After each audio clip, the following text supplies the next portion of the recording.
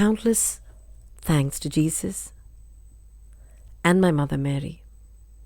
Beyond gratitude, throughout my entire life, I remain indebted to my Jesus and my Mother Mary. The first time I came here was in February. I'm here to speak about the healing of my mother's illness. The reason I came here for the first time was that my mother had a rare illness. We did not know the name of the illness, nor did we know what it was. There was no medicine for it. What was said about the illness was that it was a mental disorder. She was always confused. At times, she would not remember anything she said or did. She would not know what to say or what to do. She could not eat food. The food would not go down. Likewise, my mother would not even swallow her saliva. For 22 years, she had been taking one medicine. She could eat food only because of that medicine. If the medicine was missed even for one day, she could not eat. Even when saliva came, she would spit it out. That was the condition she was in. Even today, the doctors had not been able to identify what the illness is. Without knowing what the illness was, we continued in great distress, giving that medicine continuously for 22 years. By the time February came, my mother fell sick again. She completely lost her memory and stopped eating. For 1 week, she did not eat anything. Even when saliva came, she kept spitting it out. Then our aunt, my mother's elder sister, said for the first time, "Daughter, let us take your mother near Mother Mary's at Kreupasanam. This is the last way left. There is no other way." Even when we took her to doctors, they would examine her and send her back saying there was no illness at all. So we thought, let us try this as well. This aunt is my mother's twin sister. They look exactly alike and were born with only a 5-minute difference. It was this aunt who brought us here for the first time. I came thinking my mother would receive Father's blessing with his hand being laid on her. But when we inquired at the office, we came to know that only those who had taken the covenant could receive the Father's blessing. Hearing this, we were saddened. I somehow brought my mother and made her sit in front of Mother Mary. After sitting there for a while, my mother suddenly felt dizzy. Right where she was sitting, she collapsed and fell unconscious. People around us started asking what had happened. Since it was not possible to explain anything, I simply said she was dizzy. A woman nearby gave me a bottle of water and said, "Child, give her water." At that moment, my hands and legs were trembling. I did not know what to do. After about 2 minutes, my mother slowly opened her eyes and said, "Daughter, it feels like my illness is reduced. It feels like something has left my body." I could not understand what she meant. I told her, "Nothing like that, Mother. Pray."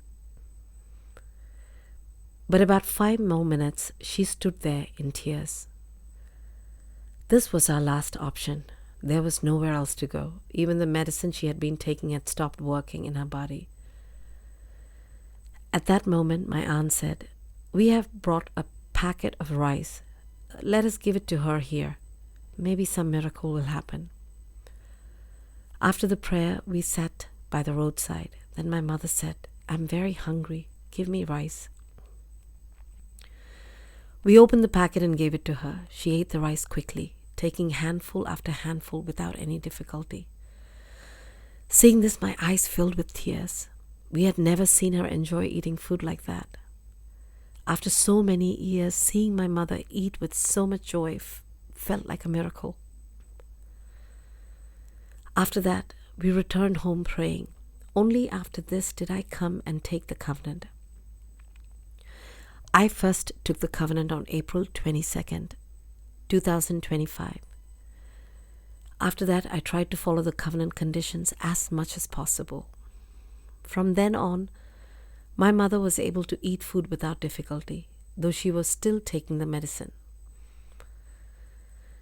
I renewed the covenant again on October 1st.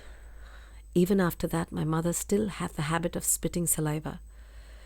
She believed that if she swallowed saliva, she would die. We did not know whether this was due to some evil influence or why such a rare illness occurred. Nothing is known. One day, I told her to try swallowing once. When she did, her whole body started shaking and she fell to the ground. Then I understood she was not doing this intentionally. She was unable to swallow. At that moment, we strongly decided that my mother would receive blessings from Father by him laying his hands on her. So we came here on December 3rd. We received permission and Father prayed over her. When her turn came, Father clearly traced 3 crosses on her throat. I do not know how Father understood her illness so precisely, but from that very moment my mother began swallowing her saliva. From that time until now, she has not spat even once. That same day, when we went home, my mother asked whether she should take the medicine. I told her not to. From December 3rd onwards, the medicine has stopped. She has not taken it since. She is now living happily without any medicine. If Mother Mary and Jesus had not held our hands at that time, our mother would not be with us today. This is my first testimony. My second testimony is about my degree examination. I had taken BCom with computer applications and was also preparing for another examination. The previous day, I collected my hall ticket. They did not tell me that a photo and attestation were required. The next day, my exam was at 1:30 p.m. I reached the college at 12:30. 2 students told me there was no photo on my hall ticket and that it was needed and has to be attested. I panicked. The office said I would not be allowed to write the exam without it. Trembling, I stood near the college gate waiting for a bus to go take a photo. No bus came. Suddenly an auto rickshaw came. I signaled and the driver stopped. Seeing me cry, he asked what happened. I explained everything. He took me to a photo studio. I took the photo quickly. I had no money, but they told me to pay later. From there, he took me to a government school where I got the photo attested. He dropped me back at the college before 1:15 and took me right up to the exam hall. I wrote the exam joyfully. I believe Mother Mary came in the form of the auto driver. This is my second testimony. The third is about a drainage pipe at our house that got blocked and dirty water flowed onto the road. No one agreed to fix it, saying municipal permission was needed. We prayed with blessed salt. The next day, a man agreed to fix it. He found a large stone stuck inside. After removing it, the blockage never happened again. Through all this, Mother Mary has blessed us in countless ways. Every day, I sit and pray to my mother. There is not a single day I do not pray. For enabling me to swallow saliva, drink water, eat food, and stop the medicine, I offer countless thanks to Mother Mary and Jesus. I have only one desire, that I may pray to my mother until my last breath. My name is Lekha. I am her younger sister. I had prayed for my mother's healing. Now that she is healed and off medicine, I offer endless thanks. I distribute Mother Mary's newspaper from house to house, placing it directly in people's hand. Through this, I have grown spiritually. We lived in sorrow for many years because of my mother's illness. Only now have we begun to experience joy. Through Father's laying his hands on my mother and my mother receiving healing, I always pray that no harm should ever come to Father and that he may have long life and good health, so many more may be healed. I pray that Mother Mary may always bless Father.